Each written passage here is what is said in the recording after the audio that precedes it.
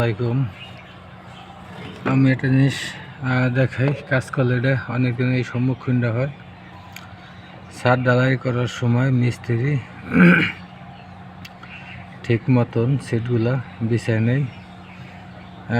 সব সিটে মোটামুটি যে পর্যায়ে আছে সমস্যা হয় না, কিন্তু একটা সিট ঢালাইয়ের মধ্যে হাফ ইঞ্চি ঢুকে গেছে।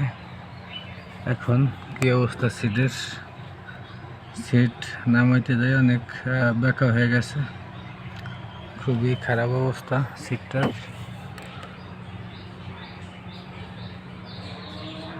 এরকমভাবে যারা কাজ করেন আপনারা একটু খেয়াল করে কাজ করবেন, এই সমস্যার সম্মুখীন যদি না হইতে হয় পরবর্তীতে। সবসময় বিমের থেকে হাফ ইঞ্চি কাভারিং করে সিট লাসবেন, না হলে এরকমভাবে দেখতে পারতেছেন পুরা লাগিয়ে গেছে ভিতরে। একটা সিট বাইর করতে প্রায় আধা ঘন্টা দিয়ে উড়াউড়ি করতেছি।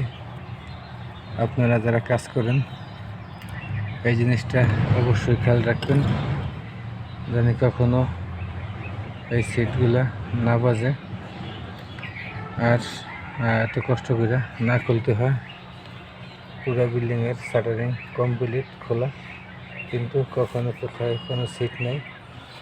এই বিল্ডিংটার ক্ষেত্রে, এই রুমটার ক্ষেত্রে এই জায়গায় যেই সিটটা বাইরে আছে, খুবই কষ্ট হইতেছে সিটটা বাইর করতে। আপনারা ভিডিওটা যারা দেখবেন তারা সচেতন হয়ে যান।